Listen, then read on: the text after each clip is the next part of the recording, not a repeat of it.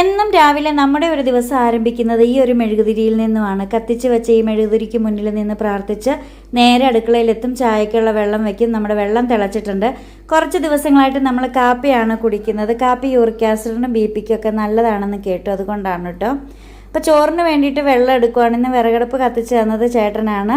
വെള്ളം അടുപ്പിലേക്ക് വെച്ച് തന്നതും ചേട്ടനാണ് കേട്ടോ. ചേട്ടൻ്റെ ഹെൽപ്പ് എനിക്ക് വളരെയേറെ സഹായം തന്നെയാണ് കേട്ടോ. അപ്പോൾ നമ്മൾ കപ്പ കൊത്തി നുറുക്കി കുക്കറിൽ മാറ്റിയിട്ടുണ്ട്. കൂർക്ക മെഴുക്ക് പുരട്ടി ഉണ്ടാക്കാമെന്നാണ് വിചാരിച്ചത്. അങ്ങനെ പച്ചക്കറിയൊക്കെ തലേന്ന് തന്നെ അരിഞ്ഞ് വെക്കുന്നത് കൊണ്ട് നമുക്ക് ജോലി അത്രയ്ക്ക് എളുപ്പമാണ്. രാവിലെ വന്ന് നേരെ ഓരോന്ന് എടുത്തുണ്ടാക്കിയാൽ മതി.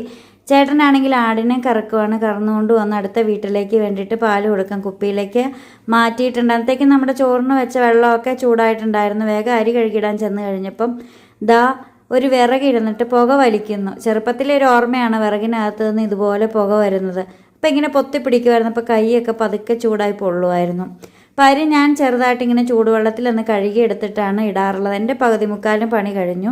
ഇനി 1 മണിക്കൂർ കൊണ്ട് ചോറങ്ങ് വെന്തുള്ളൂ. നമ്മുടെ കൂർക്ക മെഴുക്ക് പുരട്ടി ഇവിടെ റെഡി ആയിട്ടുണ്ട്. കപ്പ വാട്ടി വെന്ത് വന്നിട്ടുണ്ട്. അതിന് നമുക്ക് അരപ്പൊക്കെ ചേർത്ത് റെഡിയാക്കി എടുക്കണം. അപ്പോൾ ജോലി ചെയ്യുന്നതിൻ്റെ ഇടയ്ക്കാണ് എൻ്റെ ഈ ഒരു കാപ്പി കൂടിയൊക്കെ. കപ്പയിൽ അരപ്പൊക്കെ ചേർത്ത് പുഴുങ്ങാനായിട്ട് മാറ്റി വെച്ചിട്ടുണ്ട്. കപ്പയ്ക്ക് ഞാൻ കറി ഉണ്ടാക്കുന്നത് മീൻ കറിയാണ്.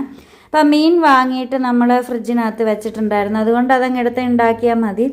അതൊക്കെ കഷ്ണങ്ങളായിട്ടൊക്കെ തന്നെ ചേട്ടൻ ഉണ്ടാക്കി തരാം. അപ്പോൾ അതാ കപ്പപ്പുഴുക്ക് റെഡിയായി. ഇനി എൻ്റെ മീൻകറി കൂടി റെഡിയായാൽ മതി. അപ്പോൾ അത് അരപ്പൊക്കെ ചേർത്ത് മീനൊക്കെ ഇട്ടിട്ട് വെച്ചിട്ടുണ്ട് കേട്ടോ. അപ്പോൾ ഞാൻ നോക്കിയപ്പോൾ നമ്മുടെ താറാമ എന്നെ തന്നെ ഇങ്ങനെ നോക്കി നിൽക്കുകയാണ് കേട്ടോ. താറാമേനെ ഒന്ന് കൊഞ്ചിച്ച് വിളിക്കുകയോ ചെയ്തു.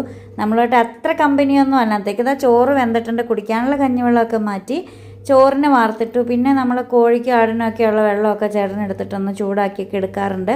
അങ്ങനെ കപ്പപ്പുഴുക്കും മീൻകറിയൊക്കെ കൂട്ടി ബ്രേക്ക്ഫാസ്റ്റ് കഴിച്ചിട്ട് ഞാൻ നേരെ കോളേജിലേക്ക് പോകാൻ ലഞ്ച് ബോക്സൊക്കെ റെഡിയാക്കിയെടുത്തു. അപ്പോൾ ഞാൻ പോയിട്ട് വരാം. ടാറ്റാ.